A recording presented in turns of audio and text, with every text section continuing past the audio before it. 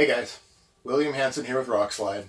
This will be the final installment in my video series that I've been doing on the review of the Primus Omnilite and the Polaris Optifuel stoves. In this video I will be burning the stoves with white gas in a more controlled environment here rather than on a mountain in Montana. Then I will also be burning kerosene and then gasoline and then diesel. I'm not going to make you guys watch the preheat of each stove and lighting it, just because that wouldn't make a very interesting video. It's pretty much the same for all of them, with some very, very minor differences on how they perform. I will show them burning though briefly with each fuel in that order: white gas, kerosene, gasoline, and diesel. Then at the end I will give my conclusions and summary. I will also be boiling 0.5 liters actually in a 0.6 liter ever new pot on each stove, full bore with each type of fuel, and I'll give the times on each type of fuel at the end. Again, I'm not going to make you guys watch me boil water. That's just, that would just be cruel.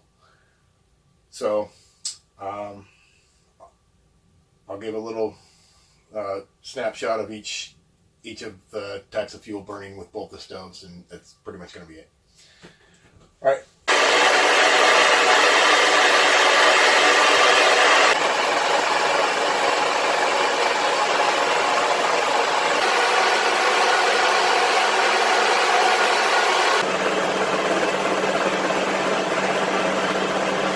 This is an extreme representation of how the flame is sputtery on the Optimus Polaris.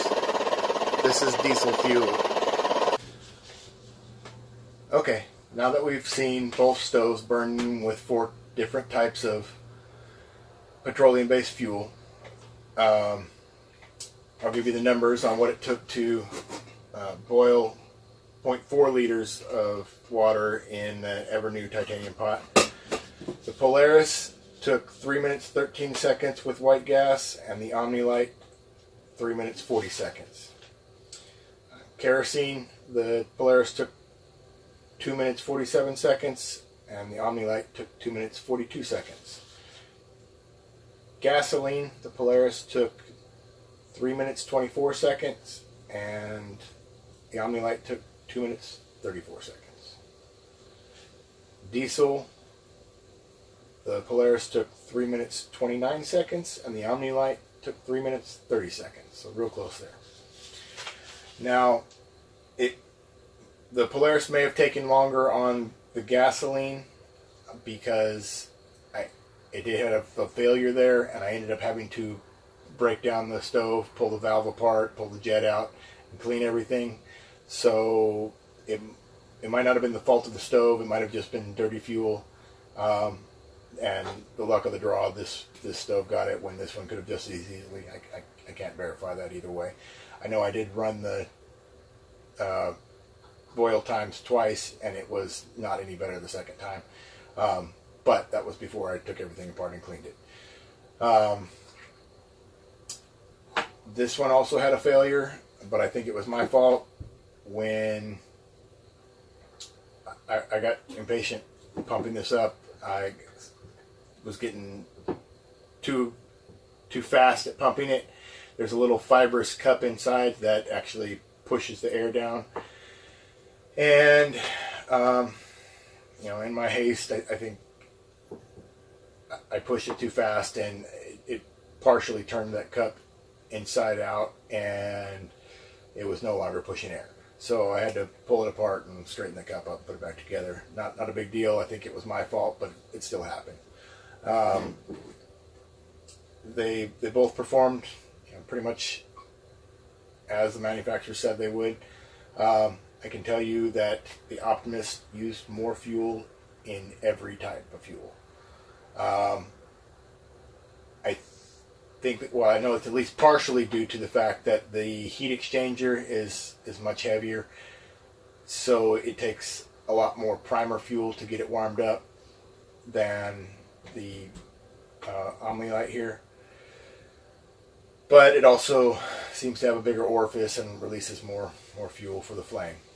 You know, it's not that big of a deal, but it does use more. So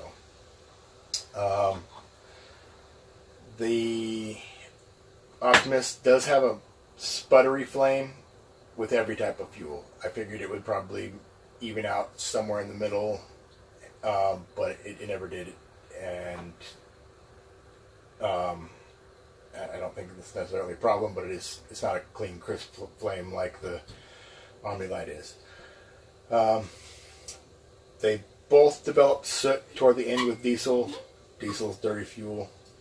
You can see the Omnilite here. I don't know if you can see it on the video, but it's got little black charred soot on the legs, in the heat exchanger around the outside. Not a horrible amount of buildup, but it's there. It did not start developing that until the diesel.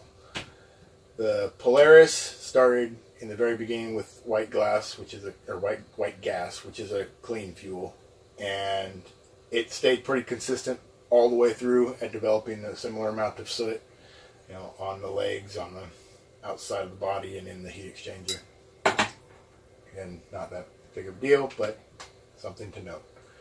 I guess that's it.